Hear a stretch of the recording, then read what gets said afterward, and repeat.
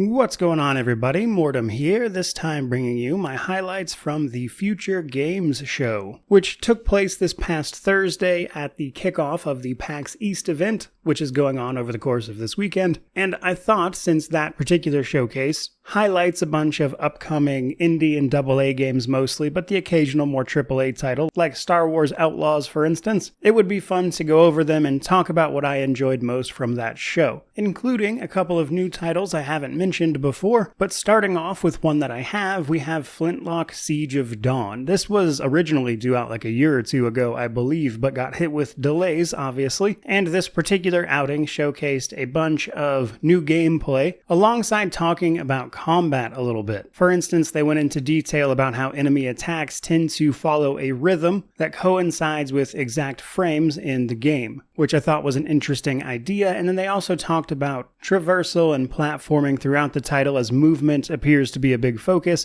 on top of all of the more standard action-adventure elements, as this game is, if you didn't know, a third-person action-adventure. And while I don't really see this particular game breaking any new ground gameplay-wise, it does still look like a lot of fun, so I am continuing to keep my eye on it, as it is supposed to be releasing sometime this summer. Next up, we have a Souls-like with a couple of twists, though I will say in general, I know there's a lot of Souls-like fatigue out there, as honestly it's a very common genre these days, but nonetheless, I enjoy them, so I'm always up for one. And Enotria, I'm not sure I'm pronouncing that correctly, puts us in the role of a masked warrior who is apparently trapped in an eternal play. And I'm curious exactly what they mean by that, but everyone seems to be playing very theatrical looking characters, so I imagine that has something to do with it, though they were a little cryptic about the narrative framing here. Beyond that though, the Souls-like combat looks on point, the art direction looks very solid, but I do think as a Souls-like it's likely going to struggle, given that it is coming out August 21st, and Elden Ring's DLC is launching this summer as well. Moving right along, we got some more gameplay and commentary about No Rest for the Wicked, an upcoming isometric ARPG with some also Souls-like-esque combat that is actually hitting early access on April 18th. They did a big creator thing at the start of this month that showed off a bunch of gameplay as well, but here we got to hear directly from the developers talking about some of their design decisions and how basically this was just the game they really wanted to make and play for themselves, so it sounds like a bit of a passion project, which I think certainly shows from what we have seen of the game. But they also talked about a few other elements the game will have, such as a little bit of base building and elements of a crafting system, etc. But either way, we won't have to wait too much longer to see this one firsthand, and it continues to look quite good. Then we have something that's a little different, for me at least, but I really enjoyed the look and feel of, which was Still Wakes the Deep, an upcoming first-person sort of psychological horror game where we play an oil worker trapped on a rig in the northern Atlantic, I believe it was, where obviously something has gone wrong and we are being hunted by some manner of creatures where we will have to do our best to survive. Mostly, I just want to play this one simply for the atmosphere and the narrative, as that all kind of piques my interest, and we don't have long to wait as this one is launching on June 18th. And given the summer's relatively tame release schedule for full games at the moment, though we'll see how all of the announcement shows come the start of June actually pan out. But either way, it's looking pretty cool. Speaking of horrors from the sea, though, next up we have Worshippers of Cthulhu, which is also due out just sometime broadly this year. And this game also isn't my usual type of game, but I love just the general premise, which is that it's a city builder, except we are managing a cult dedicated to Cthulhu, which means all sorts of Cthulhu mythos type stuff based around a city builder as we build up our cult and thus our overall city and getting along with those dark occult happenings. I think it'll be really interesting to see if they manage to make this a compelling game because, again, city builders are not typically my jam, though I have played a few.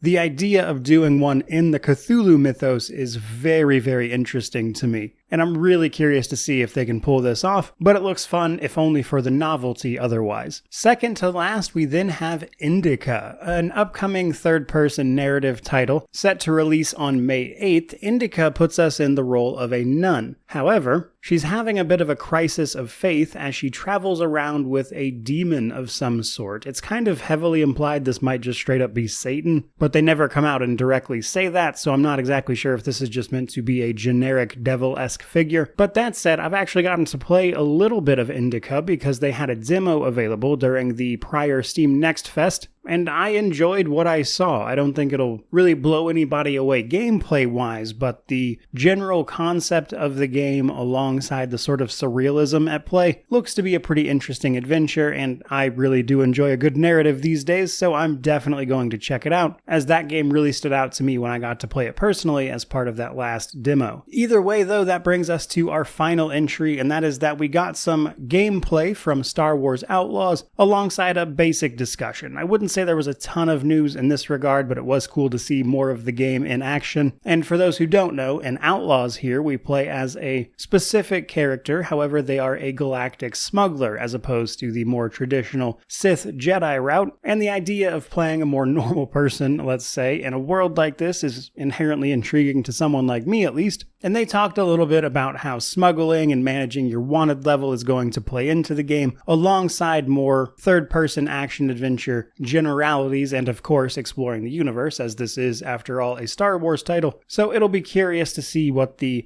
overall response is to this one, I'm sure. Because honestly, while I enjoy Star Wars, there's not much you can do with the concept of Jedi and Sith that just hasn't been done already, so I don't blame them for trying something new. And with any luck, they'll manage to stick the landing. But that is pretty much going to do it for this video. There has been some highlights from the recent Future Games show, though there were many, many more games on display than this. These are just the ones that caught my eye personally. So naturally, I wanted to share them with you. But that's where we're going to wrap it up. So I certainly hope you enjoyed this video. If you did, like, comment, subscribe. Let me know down below how you feel about these, or if there's any others that grabbed your attention. But regardless of any of that, truly, just thank you so much for watching. I really do appreciate it. May you wander in wisdom and have an amazing day.